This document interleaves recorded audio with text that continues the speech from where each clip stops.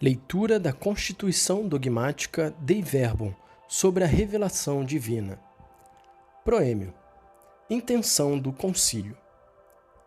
O Sagrado Concílio, ouvindo religiosamente a palavra de Deus, proclamando-a com confiança, faz suas as palavras de São João.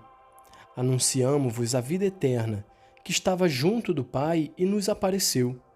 Anunciamo-vos o que vimos e ouvimos, para que também vós vivais em comunhão conosco e a nossa comunhão seja com o Pai e com o seu Filho Jesus Cristo.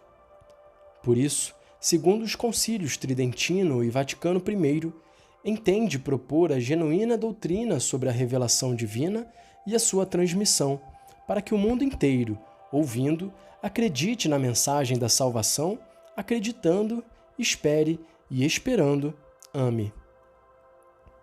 Capítulo 1. A revelação em si mesma. Natureza e objeto da revelação.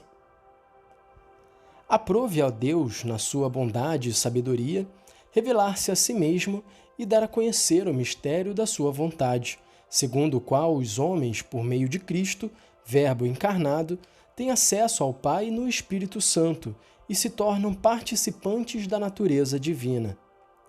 Em virtude desta revelação, Deus invisível, na riqueza do seu amor, fala aos homens como amigos e convive com eles para os convidar e admitir a comunhão com ele. Esta economia da revelação realiza-se por meio de ações e palavras intimamente relacionadas entre si, de tal maneira que as obras, realizadas por Deus na história da salvação, manifestam e confirmam a doutrina e as realidades significadas pelas palavras, e as palavras, por sua vez, declaram as obras e esclarecem o mistério nelas contido. Porém, a verdade profunda, tanto a respeito de Deus como a respeito da salvação dos homens, manifesta-se-nos por esta revelação, em Cristo, que é simultaneamente o mediador e a plenitude de toda a revelação. Preparação da revelação evangélica. Deus, criando e conservando todas as coisas pelo Verbo, oferece aos homens um testemunho perene de si mesmo na criação, e, além disso, decidindo abrir o caminho da salvação sobrenatural, manifestou-se a si mesmo desde o princípio, aos nossos primeiros pais.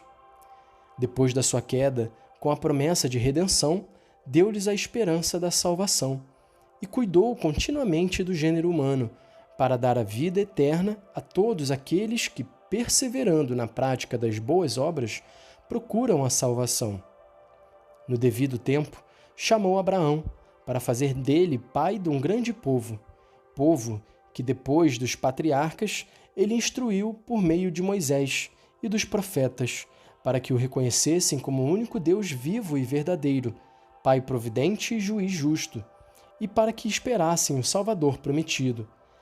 Assim preparou Deus, através dos tempos, o caminho ao Evangelho.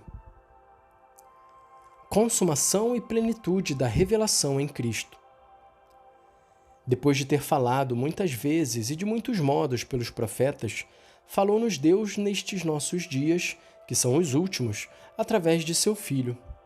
Com efeito, enviou o seu Filho, isto é, o Verbo eterno, que ilumina todos os homens, para habitar entre os homens e manifestar-lhes a vida íntima de Deus. Jesus Cristo, Verbo feito carne, enviado como homem para os homens, fala, portanto, as palavras de Deus e consuma a obra de salvação que o Pai lhe mandou realizar. Por isso ele, e vê-lo a ele é ver o Pai, com toda a sua presença e manifestação da sua pessoa, com palavras e obras, sinais e milagres, e, sobretudo, com a sua morte e gloriosa ressurreição, enfim, com o envio do Espírito de verdade, completa totalmente e confirma, com o testemunho divino, a revelação, a saber que Deus está conosco para nos libertar das trevas do pecado e da morte, e para nos ressuscitar para a vida eterna.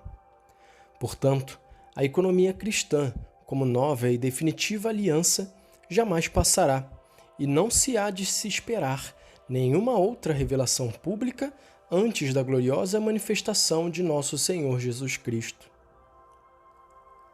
Aceitação da revelação pela fé. A Deus, que revela, é devida a obediência da fé. Pela fé, o homem entrega-se total e livremente a Deus, oferecendo a Deus revelador o obséquio pleno da inteligência e da vontade, e prestando voluntário assentimento à sua revelação.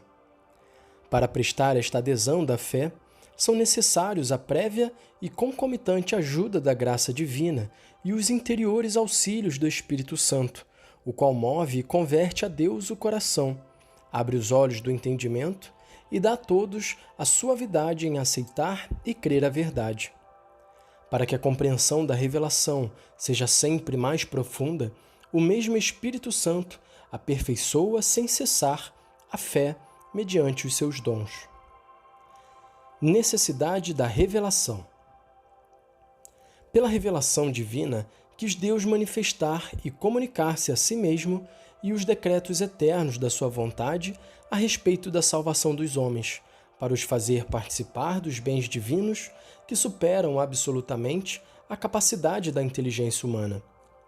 O Sagrado Concílio professa que Deus, princípio e fim de todas as coisas, se pode conhecer com certeza pela luz natural da razão a partir das criaturas, mas ensina também que deve atribuir-se à sua revelação poder em todos os homens conhecer com facilidade, firme certeza e sem mistura de erro aquilo que nas coisas divinas não é inacessível à razão humana, mesmo na presente condição do gênero humano.